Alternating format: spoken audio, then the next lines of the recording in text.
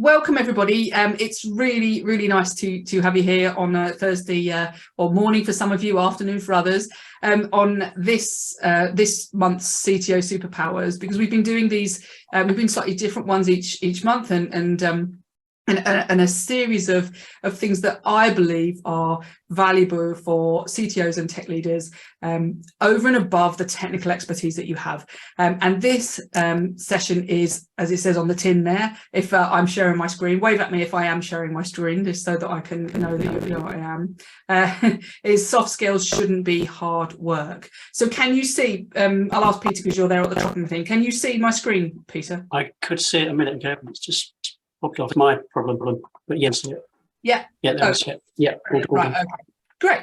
So what we wanted to look at then is well, maybe it isn't always like that for people in tech, and that maybe people are more comfortable in being the technical expert that they are.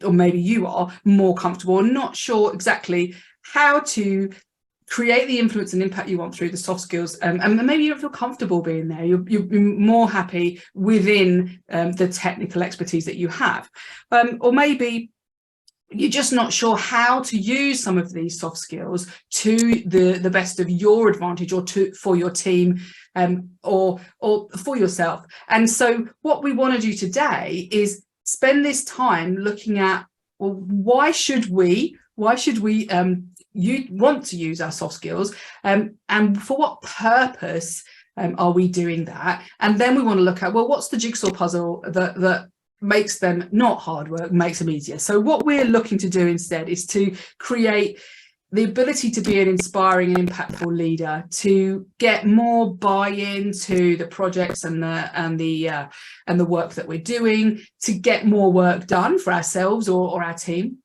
with more collaboration, and obviously therefore to get better results. That's what we're looking for. That's why we should be doing it. And when you think about that, well, you know, why is this important? Well, we know that it's a very competitive world that we're in, and the more we are able to work collaboratively and have people want to be in the room with us, and to be able to join us and to work without us having to force that to happen, then the more we're going to get done with more productively, and probably with the least cost as well. And so it's super important. Why am I talking about this? Oh, I learned on that myself then. Why am I standing here talking about it? Well, for myself, I was an engineer when I very first, I mean, I'm a little bit older now, but when I first left university, I went into engineering. I did engineering at Loughborough University, went into production engineering roles, and eventually I worked for Black & Decker as well, and then I went and joined the police for 16 years. So all of these strange and wonderful roles that I had, the bit that I learned was that people don't do what you want them to do. They don't say yes, they don't work for you or with you if they don't want to, if they aren't happy to be around you. So we get more done when we have good relationships, and good impact on other people. And so although I could work on that technical side, my passion has become, how do you grow your team, grow the impact that you have as a leader, so that we can get more done and get better results. And that's why I'm passionate about it. I left the police in 2013 and started to work predominantly with technical experts in leadership positions. So that's kind of where I am, just for a little bit of context, really. This session, I would love you to ask questions if you would like to.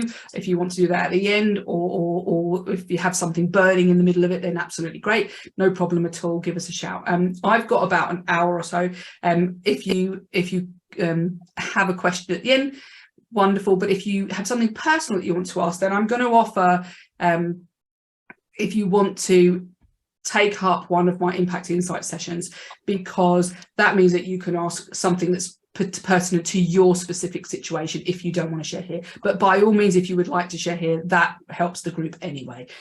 Up to you, but no worries if you want to do it personally. I have shared the link in the chat, but for those of you who are probably came in afterwards, it might not show up. So let me just pop that in once more. There you go. Okay, so what I want to do is I want to look at this from to give it some context of why we should care. And I've kind of talked a little bit, but I want to share this model with you. Here we go. And I know it's blank at the moment, but it won't be. So what we've got, if I say we've got an influential leader in the center of this triangle, and I'm just going to take a little sip here. If we have an influential leader in the center of this triangle, what we know, and I touched on it a little bit, is that when we have people around us, whether they are our team, so whether they're our direct reports, or they're our customers, or our suppliers even, our peers or our boss, what we know is there are three things, and that is that people either can't do what we want them to do, they won't do what we want them to do, or they just don't do what we want them to do. Has anybody experienced that? Sometimes we wonder, you know, what's going on? Why is that?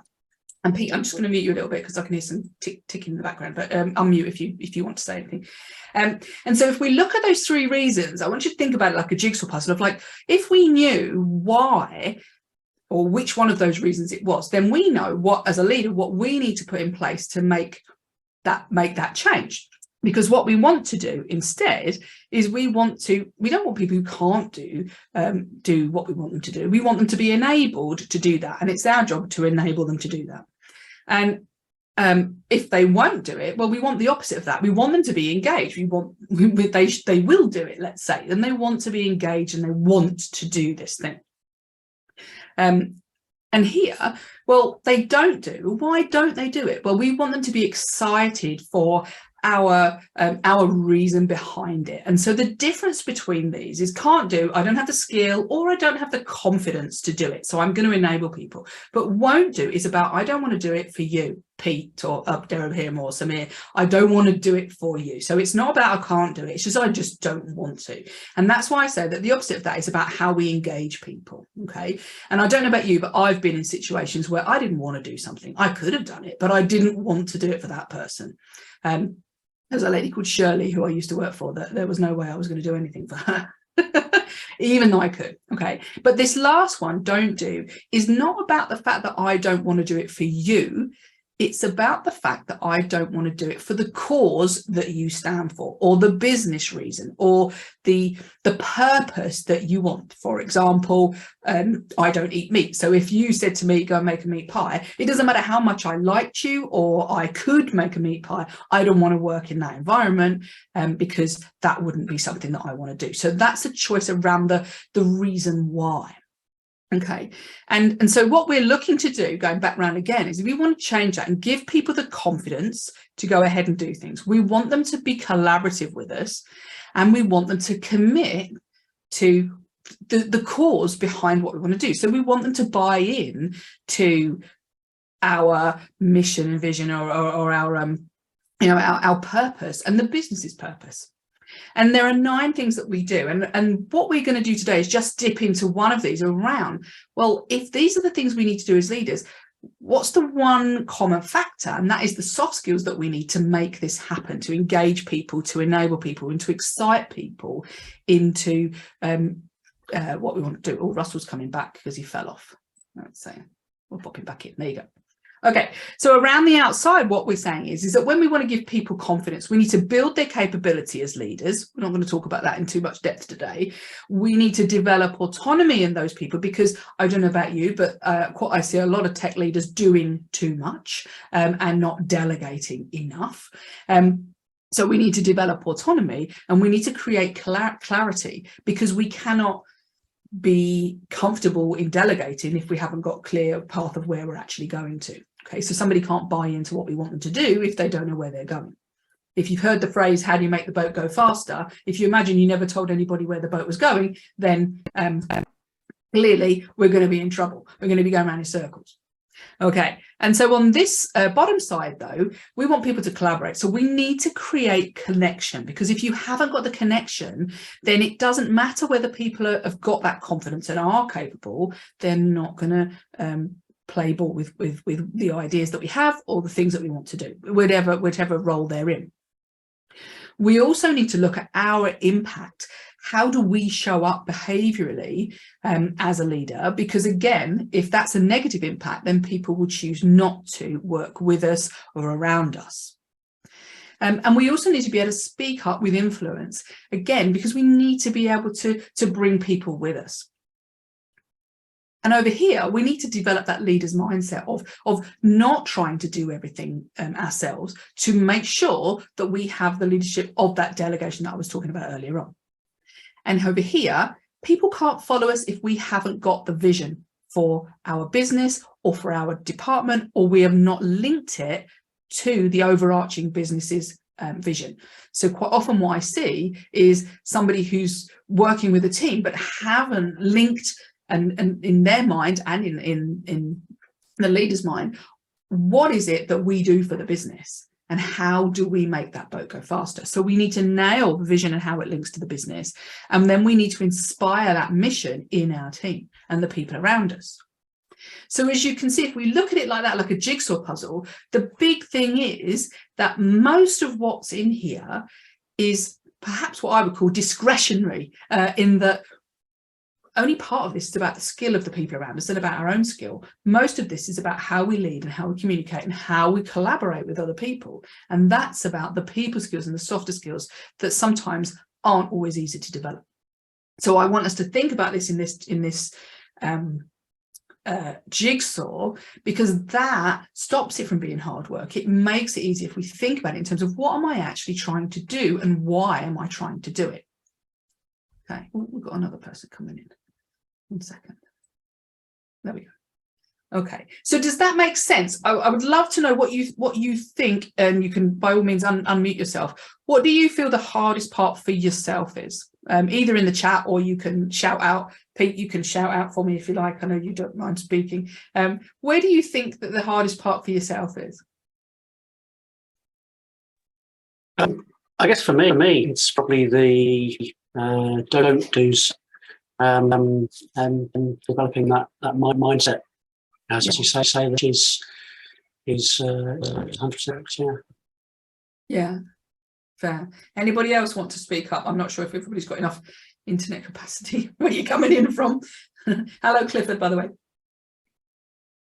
Okay, well, just think for yourself, where do you think? Because all of these things, if you imagine, if you've got 1 or 2 or even 8 or 9 of the outside things, if you miss out on one of these things, that means that you are going to have the influence you want, because something's broken down. So it's no good having engagement if you don't have somebody committed to the same vision as you. It's no good enabling people if they're not engaged with you.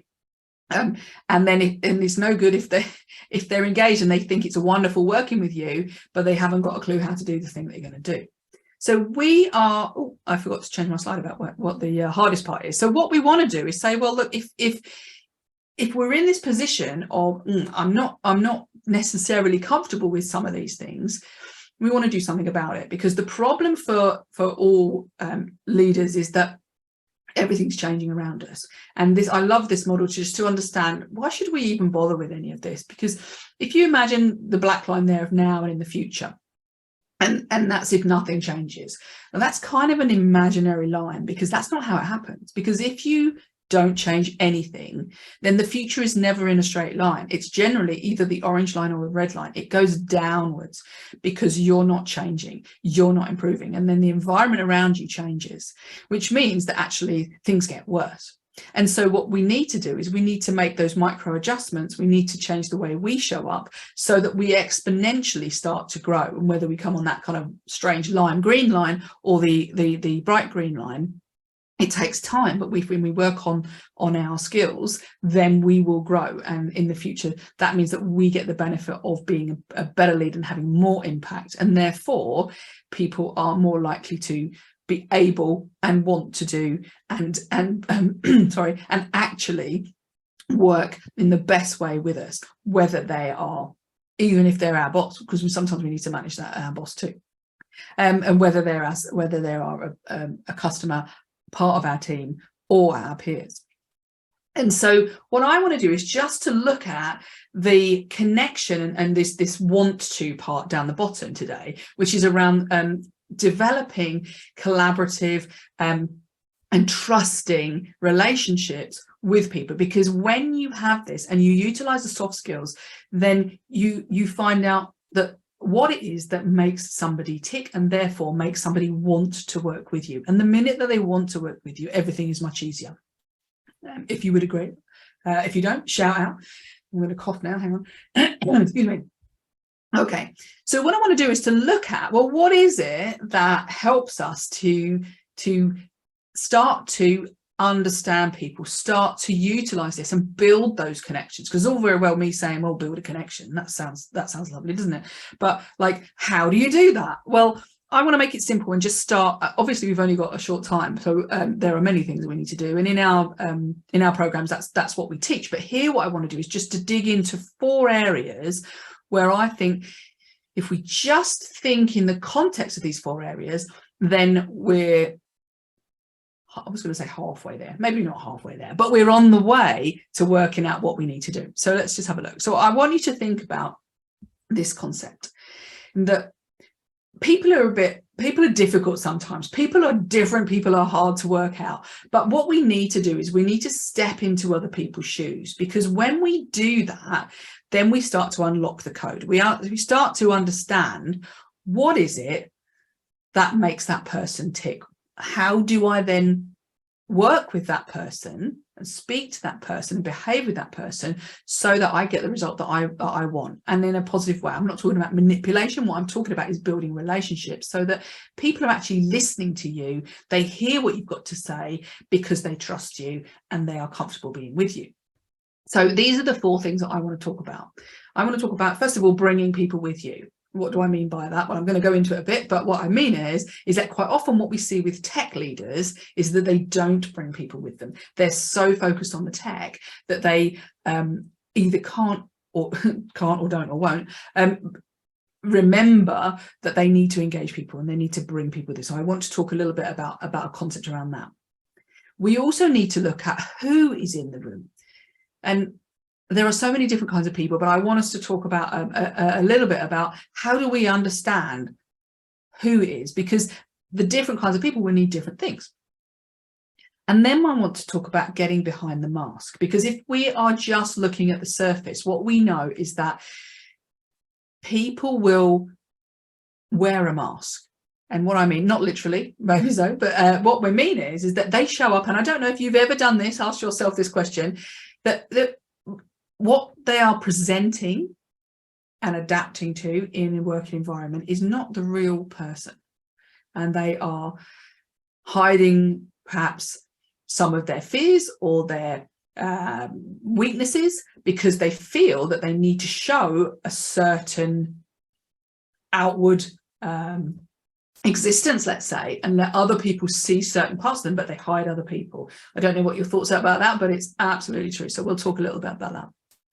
And then we need to say, well, okay, if we know who's in the room and we've got behind the mask, what about what actually drives people? How do we then deliver what they need so that we can get a better result from working with people? Because when we do this, then the soft skills come nice and easily because we kind of understand what's needed rather than guessing or rather than feeling like we just don't know. Okay, so let's just have a look at this first one, bringing people with you. And I put this chap on here because I often use the phrase of, are you wearing the lycra pants? And so I thought I'd just remind myself that that's what I want to talk about, because one of the things I see a lot with intelligent, clever, technically very capable people is that when they're talking to non-tech people, or even slightly less tech people, is they can overwhelm, scare off, and frighten half to death, let's say. And what that means is that people say no because they don't know how to say yes, or they're not sure, or they don't trust, or they think I'm going to be made a fool of here because they don't feel comfortable with you. And the reason why I say lycra pants, because I want to just put this thing in your mind now of, imagine that I said to you, I'm going to teach you running. If anybody likes running, then do shout out. But imagine that you don't like running or you've never run before. And I said, well, I'm good at running. I'm going to take you running, and I'm going to meet you on the racetrack at 6 o'clock in the morning, and we're going to go for a run. And you turn up in your old trainers and your jogger bottoms, and you're feeling a little bit out of place. And then I turn up with my lycra pants on and my spikes. I think he's got spikes on there. So, you know, and I'm like stretching and I'm ready and I'm looking like I know what I'm doing. And I say to you, okay, Pete, okay, Samir, okay, Russell, I'm daring him. Right, what we're going to do first is we're going to run as fast as we can and keep up with me, because this is a test of how good you are. Are you ready? Go. And what's going to happen?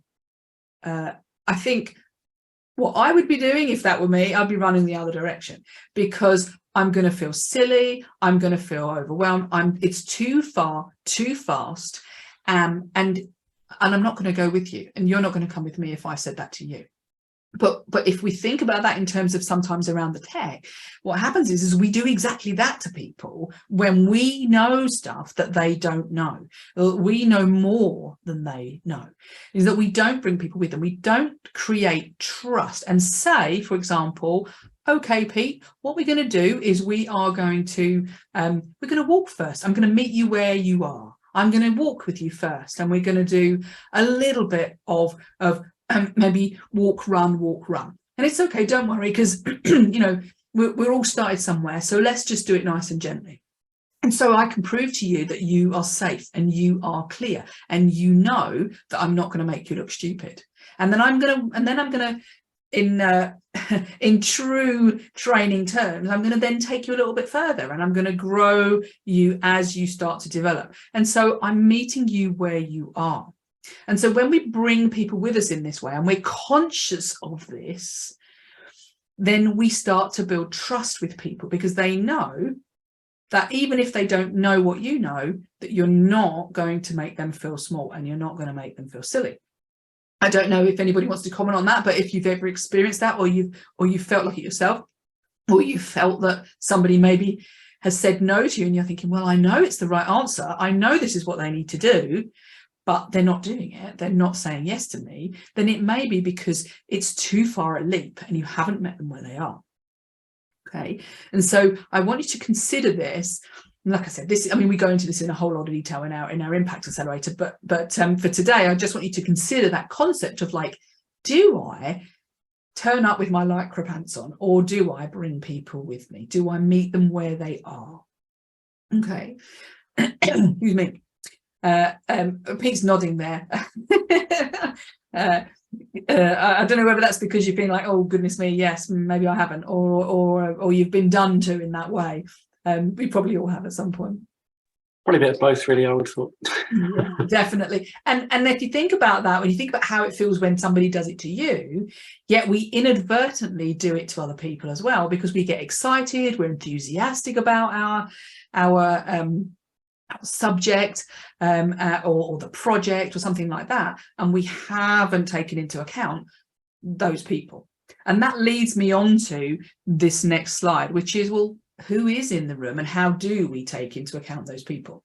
And we're not robots, so that's why that's on there, in that people are human and emotional and irrational, even the tech people.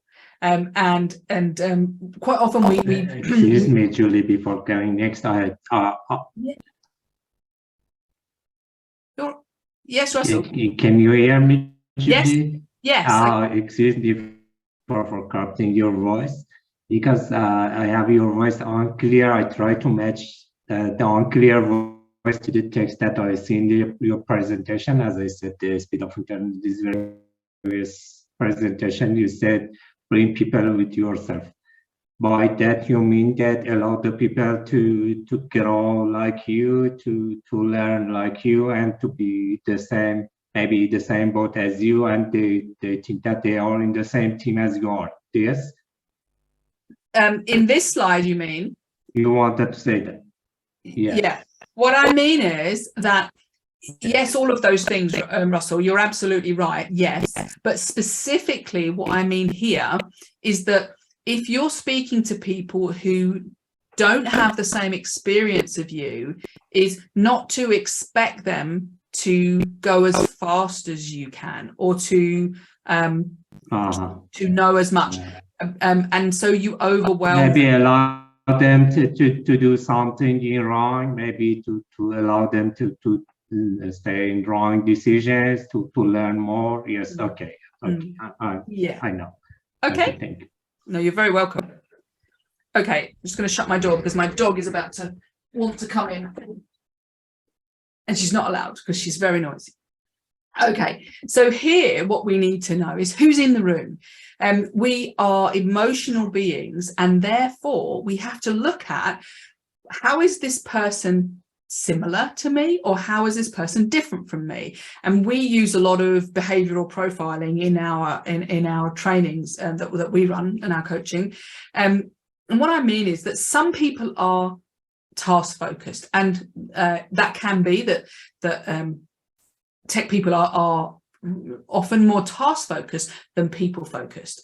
And what that means is that it's not, I don't ever think of people. It means that sometimes I get so caught up in task that I'm not looking at people. And if you've got somebody who is a people person, they won't think of the task. They will think of, who will I be doing this with, not what will I be doing, for example.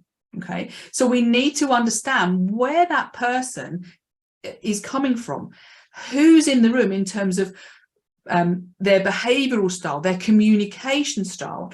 How do they like to think, so that we can match that? So, for example, if you've got somebody that's a real fast-paced thinker who wants to take action, and they're quite direct and they're quite dominant, and you're maybe a person who likes to take their time, thinks things through, and maybe don't speak up in the same way, then that person and yourself are going to have a clash in terms of the way that you communicate with each other. So we need to understand, how does that person need to communicate with me? Because I can show up however I want to, but I won't get the right result if I don't think about the person who I'm in front of. Does that make sense? So I need to understand, well, if Bob is here, how does Bob think? Is he more of a task-focused person, or is he more than a people-focused person? And I adapt how I speak and how I communicate to Bob on the basis of what I'm thinking. So I want you to pick somebody in your team or in your sphere, and think about that person and think, okay, how do they see the world? Do they come at it from a real, like, fast-paced or a slower pace? In terms of, are they a critical thinker, or are they a doer? So that's from one side. And then from the other side, are they more people focused or task? So what you might see is somebody say, oh, let's just make sure everybody's with us on this. Well, that's a people focused person. Or if they're saying we need to get on, that's the task focused person. And I know that's just one example, but you'll see a pattern of how that person starts responding to things. Only because, Pete, your camera's on, I'm going to pick on you again because you're the only person I can see. Bless you. But just if you think about somebody in your team or in your group, or somebody you've worked with previously, is there somebody there that you think, do you know what, they're different from me? I was going to actually say on this, when I was at Office Depot, we had the coloured bricks. I don't know if you've seen them, which profiling it is. Was it insights? Yeah. Yeah, everybody in the company had the coloured bricks at their desk in the right order. So that as you arrived at their desk, you could see what sort of person they were, whether analytical, whether they were people, etc., etc. And that then meant that you could have a constructive conversation based on approaching them in a rational manner. Absolutely. Yeah, that makes complete sense. Yeah. So we use DISC, but it's very similar to Insights. It is in the colors. We use DIS and C. But yeah, because when you start to understand, well, I go about my business this kind of way, but somebody else is completely different, then if you don't think about that and adapt to that conversation, you're not meeting the needs of that person, then they're not going to be as engaged with you as they would if you did make that effort. So Pete, that's a great example of how the whole company has tried to say, well, who is the person? Who's in the room? We're not going to be doing this exactly the same way. We're not all robots. So I want you to think, Samir, Clifford, Russell, all of you, is if you have a team, or you, and obviously we are interacting with people all the time, then who is in your room? Okay, because the more you can channel different ways of approaching people, maybe you just are more human, you take more time with a person that needs more time, or you speed up if somebody wants you to get to the point quicker, then the more you're able to influence and get your point across, because that person feels heard, feels understood, and feels comfortable with the way that you're showing up. Okay, and so it's really super important. Okay, the next one is getting behind the mask, as I said. And the thing about this is not everybody feels comfortable showing their true self. And that could be, I don't know, it could be because we don't feel accepted or appreciated, or we are just nervous that the way we like to do business is different from the rest of the team. And it might be that, for example, well, let's think of a really interesting example. Somebody who can't, or who's dyslexic, for example, there you go, is that person isn't confident in, writing things out or writing on the board or something like that. And so in presentations, maybe that person's like, I don't want to do this. And the mask they'll put on is, I'm too busy, or that's beneath me, or you do that because it's your job. And they get maybe, they might have a more of an aggressive response or a very grumpy response, and you're thinking, why is this person like this? But it's because we're only looking at the surface, the symptom of what is showing, and therefore we don't see why is this person behaving in the way that they behave. And so when we talk about this mask, what I think that that we should all be doing is, one, acknowledging that everybody shows up with a mask, for a start. Everybody does, and that sometimes company culture encourages us to wear that mask as well. So for example, when I was in policing, I was an inspector, and there was never a problem. Nobody ever had a problem. You weren't allowed to have a problem. You just sorted the problem. There used to be a phrase that people said when somebody had a let's say an emotional response to something in policing, or had a mental health issue or something like that. They used to say somebody went wibble. Okay, this phrase was oh, they've gone wibble, and it was a very derogatory phrase. But what it meant was that nobody ever wanted to be emotional or too emotional. Nobody ever wanted to show vulnerability, because they would be labeled as weak, and they've gone wibble. Okay, so there was never anybody who wanted to say any of that stuff. But what that meant was, behind the mask, people suffered, because there were stressful situations and it never got dealt with. And so what we were seeing was just these symptoms and these behaviors that people use to cope, to present an image. And so when we are looking at people, we need to look behind the mask. And the way we do that is that we just pay attention and ask the question, ask human questions, with an acknowledgement that there is always a mask. So if somebody's displaying a certain behavior, we need to ask ourselves first, why do we think they're doing that? And then we ask that person, rather than taking the presumption that they're doing it because they are just that kind of person and they don't like me, or they don't get me, or whatever it might be. It's probably not about you. It's more about them and the mask that they are showing. Okay, and I've been in situations, I've worked in predominantly in male-dominated environments, and so there's an example of the mask that a female would wear, in that we need to show that we're capable and that we're just like the men. And it's just not true. That's not how we should have done it. But it feels like that's what we had to display, because we were as good as and as hard as the men, and unemotional. And what that meant was that we were not authentic in the way we showed up.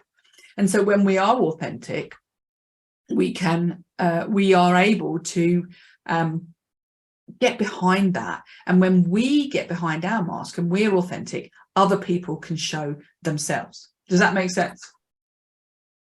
Okay, Good. Hi, Fuad. You joined us a little bit late, but you're very welcome. Okay, so we need to start to look at and ask ourselves that question. Well, is that the mask? And how do I get behind it? So we need to be asking careful questions that show somebody that you are to be trusted, because nobody's going to lower that mask unless they are trusting that it's safe to do so. Okay, because remember, these are probably the things that they feel are weaknesses. Whether they are or not is a whole nother matter, but that somebody may feel that they'll be judged or will be weak. Okay, and so that's what we need to do, is bring down those masks, and we create that sense of safety and security in being who we are. Okay, and all of that put together, the last one that we've got is, well, if all of these things are we're different people, then we have this mask, then what we need to work out is, well, how do we get there? What's going on? And I want us to look at this, because I think this is a really good indicator for what drives people. Okay. 1 second, I'll just have a little sip of my drink. Okay. Tony Robbins has created his 6 human needs. And what he's saying is that these are the 6 areas that drive our behavior and drive our happiness and our ability to thrive, to be honest. But because these things will either make us happy or unhappy. Oh, Clifford, do you have a question? Sorry, I noticed you've got a hand raised there. Hey, Clifford. Can't hear you, my love. If you want to, if I can't hear you, if you pop it in the chat, then I'll probably be able to respond if you can't actually get through.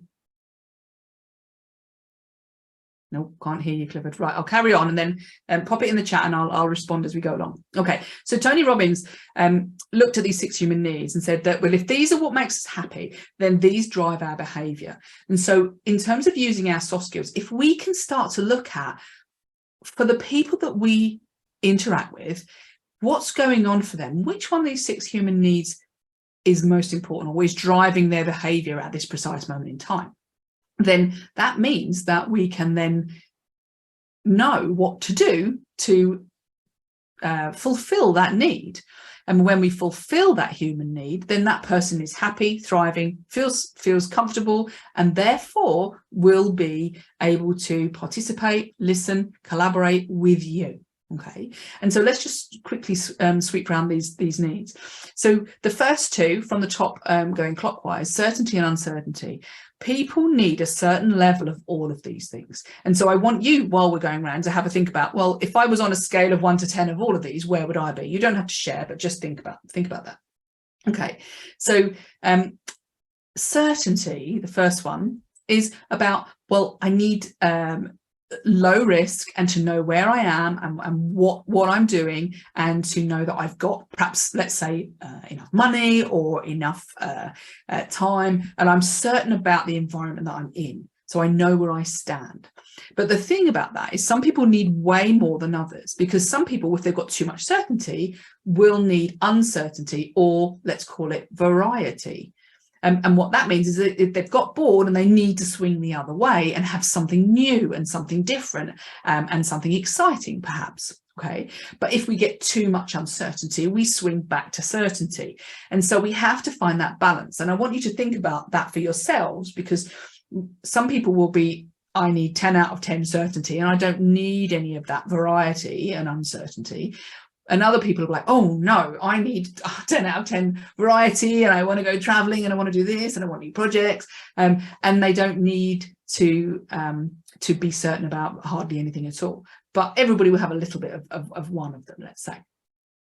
But that drives us, because if you've got somebody who is really high on the certainty and very risk averse, then your job in fulfilling that need is to make sure they feel certain, make sure they feel safe, because when they do, then they will be much more collaborative with you, much more engaged with you, because of the fact that you've just hit that human need. Okay.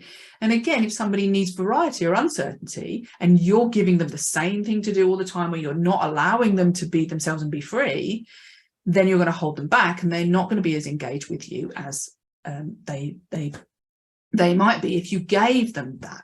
Okay. The next one is significance, and that's a really, really important one, because let's think about our ego. And we've all probably met people who've got a huge ego, but we're not just talking about those people. We're talking about the fact that everybody has to feel significant. They have to be able to feel that they've got a place in the world and a place in the organization and a place in the team. So they need to feel significant. Some, yes, more than others. Okay. Clifford, I'll just answer your point after I've just gone through this. But one thing you can put in the chat is, do you mean the third point of this diagram or the previous diagram? Okay, so significance is super important, and we need to understand that if somebody has a need for significance, or how big that is, or if I'm not helping them to feel significant, then I'm going to miss out, because they're not going to be respecting me, feel comfortable with me, or want to be around me. So again, this is a very productive and practical way to help your soft skills, which is to start to look for these areas. Okay. Now, the fourth one here is connection or love. And I'm going to put in there belonging, because sometimes people are a little bit uncomfortable with the word love. But what I mean by that is that we all need to feel part of something. So different from significance, it means we need to belong. We need to feel that we're accepted and that we are loved, or we are liked, let's say. And again, some people very much more than others, but everybody to a degree. So if you are looking at somebody and you're thinking, well, why are they not engaged with me? Is, do they feel part of the team? Do they feel part of and have a connection with you?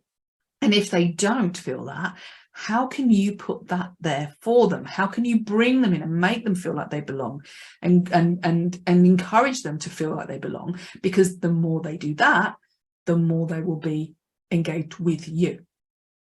Okay. And then again, we've got a need for growth. So if somebody's doing the same job year in, year out, for example, and they're not growing, then as a human need, that's not going to be met, and they're going to feel frustrated, and their behaviors might be negative towards you because you're not allowing them to grow. So again, if you notice that somebody has a high need for growth, look at the language that they say, listen out for these words, for all of these things, because this is just about listening out for the language of the particular human need. And when you hear that, you think, okay, that's because they perhaps they want to grow, they want to develop, and you'll hear that word an awful lot. Or I don't feel part of things, that's about connection and love. Or I don't feel like I'm doing a good job here, or I'm not able to do a good job here, that's about significance. So you're listening out for the language that these human needs will start to bring out. Now, the last one here is contribution. And everybody has this driver for contributing something to the world or the organization or their team. And again, some people are driven hugely by their desire to contribute. And therefore, we need to make sure that we are looking out for that, because if you're not enabling somebody in your team or in your peer group to contribute, say, for example, in a meeting and Bob never gets to contribute on something and they have a need for that, well, then we're going to hold them back, and they are not going to want to listen to us and want to engage with us if we are not doing it. But if we do fulfill this need for them, or we enable them to contribute, then that means that they are more engaged with us again. So you can see that we don't have to be a people person, let's say, and naturally we can start looking for these clues. Imagine that you're a detective. Coming from my past, that's probably where I like to be. But imagine that you're looking for clues for, why is this person behaving in a certain way? Why is this person either listening to me or not listening to me? Why is this person either doing or not doing what I want them to do? Depending on where you are, whether they're buying something or they're investing, or whether you've got a great idea and you need to drive that idea through. So the more people have their human needs met, the more likely they are to be listening to you. That makes sense. So from those areas, what's coming out for you? Anybody want to put in the chat or want to wants to comment on that at all. We've got, is that me? I'm not sure. Is that Michaela or something like that? Or was it Michael? I'm not sure. We've got a new person there. Would you like to speak up, anyone? You've gone quiet now on me. Oh. Could I ask a question? Would you please read the question in the chat and answer the question? It's also, I think it's a good question that Okay. my question. Okay, yeah, I can do. Yeah, absolutely. So Clifford has asked, does the third point mean that we have to be vulnerable to our audience first for them to be vulnerable to us? Is there any other way to get about it with regards to getting behind the mask? It's a really good question, Clifford. Let's think about that. For somebody who is happy and a people person, they're probably more likely to open up to you, even if you're not the kind of person who is able to be vulnerable. Okay. However, they will not be as open if you're not. And if you're the leader, then really our responsibility as the leader is to be able to be open and vulnerable. Okay. Now, I'm not saying that you have to show weakness or, and just fall apart. That's not what I'm saying.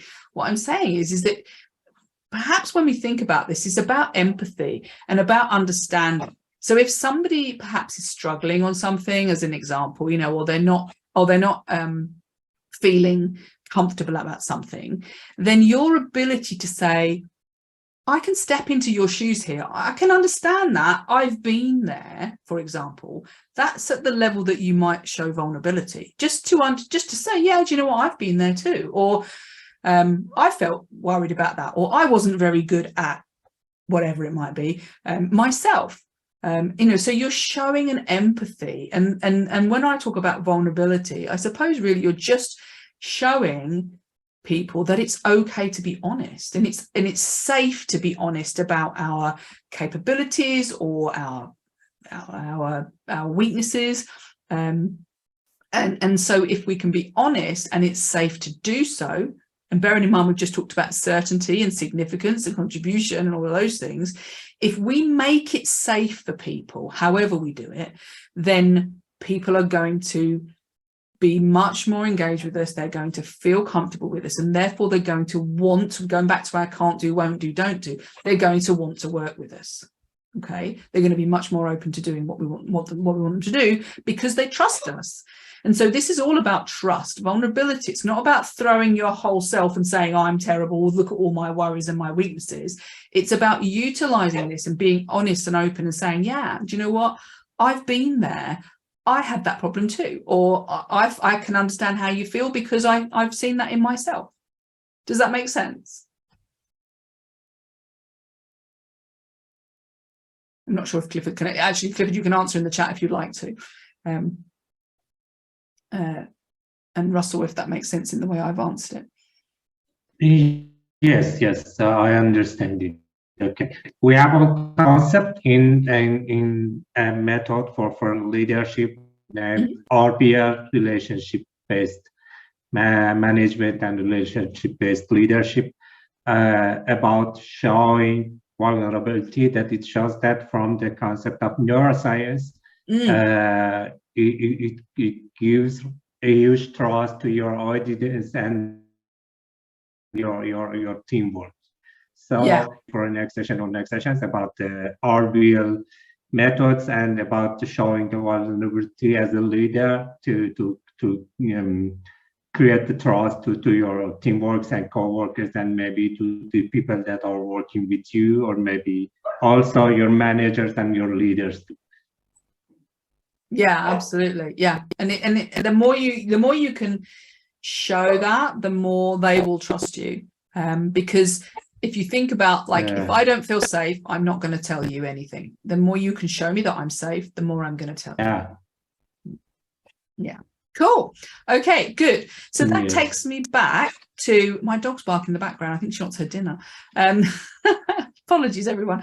That takes me back to that model here. So we're looking at we're down in this bottom part of this creating connection and our impact. And obviously we haven't had time to go through all of these. This is our 12-week course that we run that leads into our leadership launchpad. But I just wanted to make sure that we really focus on this. Like, if we use the soft skills and we understand that actually it's not as hard as we sometimes might think, it's thinking about this in terms of getting behind that mask and understanding who's in the room and really getting to grips with, that's what I'm trying to do. I'm trying to build those relationships. Then we will be able to be a more influential leader, and people will want to work with us. They will be able to, and they will be behind. They will be listening at the very least. Peter, you're saying about that's your area, but they will be behind where we want to go, because they will hear what we have to say about where we're trying to take the business or the team, because we have the engagement and the enablement around within the team. So that's where I want or the depth that I wanted to go in today. And I wanted to ask you about, well, if you were to, it's about what we've listened to here. Do you want the old way or the new way about going about getting behind that mask? What do you think that you want to work on now in terms of what we've talked about? Where would you think you would start? Pete's looking very pensive there. I'm like, very like, right, okay, I've got some ideas. What about yourself, Pete? You're going to wish you came off that video, aren't you? Amazing. Yeah, no, I think that's just really good. I have a very autistic son, and he's been on a program called ABA, Applied Behavioural Analysis. And one of the concepts that I've learned from that is ABC, which is antecedent behaviour consequence. So the mask idea is, for me, very similar to the behaviour. You always see the behaviour first, and then you're always guessing the drivers, which is the antecedent. Yes, love it. Yeah, that's a really good point. And what you just said there is really interesting when you said guessing. Okay, and that is one of the biggest problems that we have, is that as humans, what we tend to do, because of all of our own insecurities and things like that, and this mask that we like to play, we don't like to get vulnerable and say, what did you really mean by that? Because, and what that means is sometimes that we make assumptions about what somebody meant and the reason why those behaviors were displayed. And not so much with your son necessarily, but you might be guessing, but you need to find out, which is why they've put that antecedents in there. Because what happens with people in general, we tend to just make an assumption, and when we make the assumption, it's often based on our own insecurities or our own needs, or maybe a need for significance, a need for contribution, or whatever it might be. And what happens is we often think negatively about why that person did what they did, if we guess. Okay, so when we guess, we rarely go, oh, that person just walked out of the room because perhaps they're off to get me, I don't know, a nice cup of tea. We think, oh, they're off out of the room because they didn't like what I said, or they're unhappy with me for some reason. So we place reasons behind it, those antecedents that you're talking about there, Pete. We kind of like transpose these reasons on that we have no idea whether they're true or not. And obviously then our behavior is born out of the response to their behavior, which we've just made up because we guessed it. And so communication and utilizing some of the things that we've talked about today is super important for exactly that reason, that we need to know, why did they behave like that? Was it because something behind their mask in terms of what they needed and their human needs, or the way they prefer to work? What was it that actually did that? Because when we know what it is, then we also know it's probably nothing to do with us, so it's not something that we need to be upset about or respond to. But but if we know why it happened, then we know how we can then help that situation, and therefore that person's going to trust us even more. So I love that, Pete. That exactly, you need to understand and not just assume or guess, why did that person do what they did? Because it can be so easy just to make a real quick guess about it, and it'd be absolutely wrong. I also I'm a conflict trainer and mediator, and the amount of times that people have said, well, this is what they think and that's why they did this and they hate me, it's just not true. But we've made it up in our heads about, well, why that reason must be, and actually it's not. It's generally not the case. So that's a really good point, Pete. I love that. Okay, well, look, as I said to you, we're coming up to the hour now. If you would like to have a one-to-one and talk about any of these areas that we've been talking about, or any others around tech leadership, then please do feel free to book in your one-to-one session. I've put a link in there if you'd like to book in and have a conversation, or you want to find out about how we implement some of these things, because obviously we've touched on a bunch of different things, but we haven't looked at, well, how do I go ahead and actually start to implement some of those? So if you would like to do that, and please feel free. I've put the link in the chat. What other questions do you have for me, or comments around what we've been doing today? Please feel free to. I'm going to stop sharing because I'm looking at a big light bulb now. Otherwise, any questions or comments that you have for me? I've got a few more minutes, so I can stay as long as you need. Even if you want to put it in the chat, then you're very welcome to. Okay. Have you found what we've talked about useful today? I have. Yeah. No, thank you for that, Julie. That's really good. No, you're very welcome. Beneficial. Yeah. Good. How are you going to take this away, Pete? That's my question to you. What will you do differently now? I'm going to reflect on it first of all. I might, if you could share the recording, that would be handy, because I might go back and to look at. But I think so on the don't do's I said, to think about. Yeah, I can push that forward in a way. Yeah, definitely in that area, because the thing about that don't do. Oh, Fuad, thank you very much. If you have to leave, no problem. And Clifford, thank you for your comments there.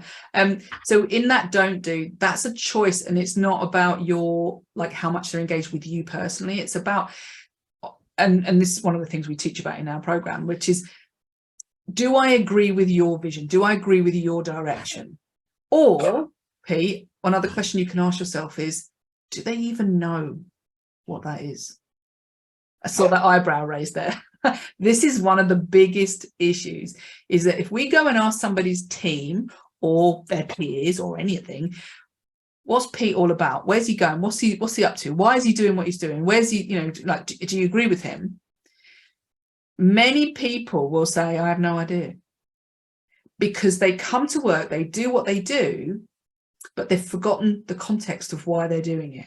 And as leaders, quite often, this is not, I'm not talking specific about you, because Pete, I don't know you well enough, but like what we find is that the leader forgot to say, even if it's in their own head, but sometimes it's not even in their own head. They're thinking, well, I do X, we're just going to do lots of doing of this X.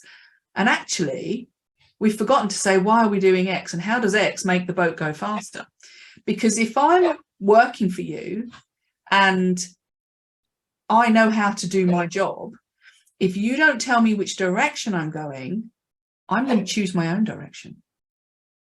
And that's really frustrating for the leader, because they're like, well, why is Bob doing this, for, gone off willy-nilly doing their own thing? And often it's because we haven't told them, or we haven't convinced them it's the right way to go.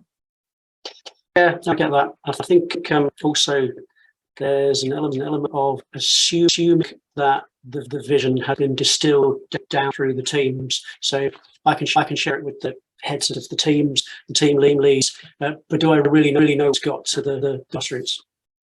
It hasn't. I'll tell you that for now. No. For fact, hasn't. It hasn't. And that is exactly. And in all good faith, we think we've done this job, and you go and ask somebody, they're like, I don't know, I'm a mushroom, I've been kept in the dark for ages, and you think, no, you haven't, I've told everybody. But it's harder work than we think. So there's the two parts, is, do I even know? And do I know myself? Which is a dangerous one. Have I told anybody about it? And I suppose there's three. And the last one is, do they agree? Because if they don't agree, it doesn't matter how much they like you as a person or they can do the job, then they're not good for your business. They're not going to do the thing that you want them to do, because they want to run their own agenda.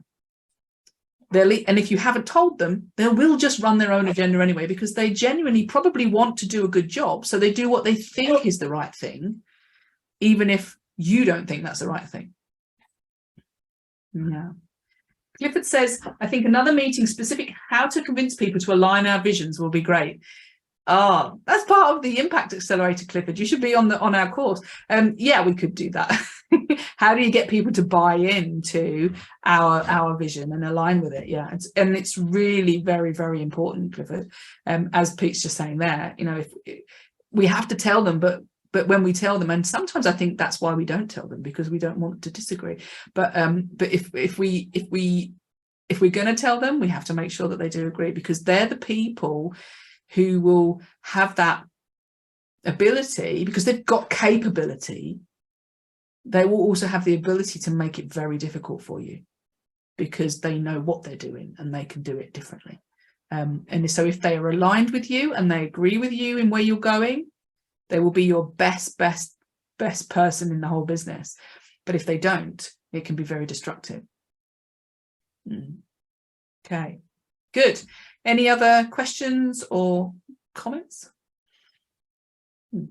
Pete, I have one for you. What's your how many people are in your team? Current 10. Okay. But my previous role, I had 32 full-time plus 30 that were from offshore team as well. Yeah. That's much more funding. Yeah, it's harder, and when the team gets bigger, that's when that kind of, I call it, the wheel starts to wobble. The wheels are getting wobbly and they start to fall off, because the communication lines are harder to do. They're more stretched, and then people are like, I don't know why I'm here, I'm just doing my thing, and you're frustrated. So yeah, but it's really good when you've got a team of 10, because you can really ask that question as well, and have those conversations about that, and really just to create an awareness and an agreement. And you'll soon know when there's somebody that doesn't agree, and you'll know how divisive that can be. I mean, there's always one or two detractors, if you like, who I'm not 100% on board. I mean, I've started. I do once to just try and tease that out and work out the way to get that engagement. And that's the point, really, because when we talked about that mask and that, why somebody doesn't, and it's really important that when we look at somebody who doesn't agree with our vision, is, are they clear? Why don't they agree? How can I get them to engage with it?